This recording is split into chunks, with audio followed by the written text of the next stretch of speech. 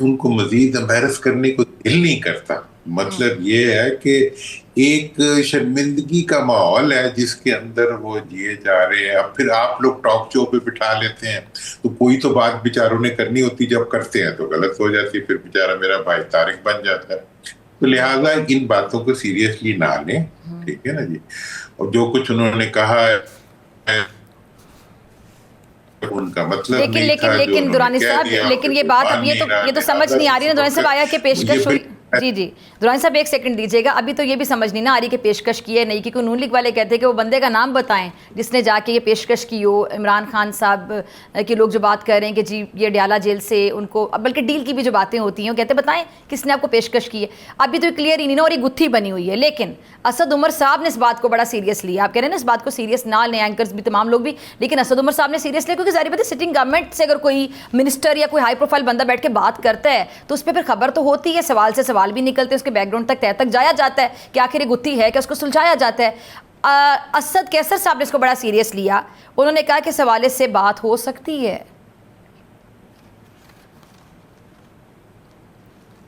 دیکھیں میں آپ کو پھر بتا رہا ہوں کہ جو کچھ اندر ہو رہا ہے یا جو بات ہوتی ہے نہیں ہوتی, میں اس سے مکمل باخبر ہوں. اس بنیاد پہ میں یہ بات کہہ رہا ہوں کہ یہ جو باتیں بیچارے ہمارے بھائی طارق نے انہوں نے کی, ان کو بالکل سیریسلی نہ لیں. نمبر 1, سیریسلی نہ ہونے کی وجوہات بھی بتا. پہلی بات یہ ہے کہ خان صاحب نے ایس آفر کو ایکسپٹ نہیں, اس لیے یہ ایک ٹائم فش قسم کی آفر ہے, اور چلے پھر آگے چلتے ہیں. اس میں کچھ نہیں ہے یہ صاحب. لیکن آپ پہلے بڑا برج کا کردار ادا کرتے تھے, آپ میڈیٹر کا کردار بھی ادا کرتے تھے, اب یہ کردار دورانی صاحب کیوں ادا نہیں کرتے ہیں؟ جو معاملات کھٹائی کی طرف جا چکے ہیں ان کو سدھار کی طرف لانے کے لیے محمد علی دورانی صاحب اپنے ٹیلنٹ کا استعمال کیوں نہیں کرتے ہیں؟ کیونکہ آپ کے پاس وہ ایک ویژن ہے, آپ وزن رکھتے ہیں, آپ کی بات میں ایک وزن ہوتا ہے, اور ٹیلنٹ ان اے وے کہ آپ بہت سے لوگ ہوتے ہیں جو کہ دونوں طرف کی بات کو سنتے ہیں, اچھے طریقے سے سمجھ بوجھ رکھتے ہیں, اور ان کو پتہ ہوتا ہے کہ معاملے کو حل کیسے کروانا ہے. تو بطور میڈیٹر برج کا کردار آپ پیچھے بھی ادا کرتے رہے, لیکن اس میں سے شاید کچھ نہیں نکلا, اور آپ شاید میرے خیال سے بات اس کا برملا اظہار بھی کرتے ہیں, تو شاید اس کے بعد پھر آپ نے کوشش نہیں کی.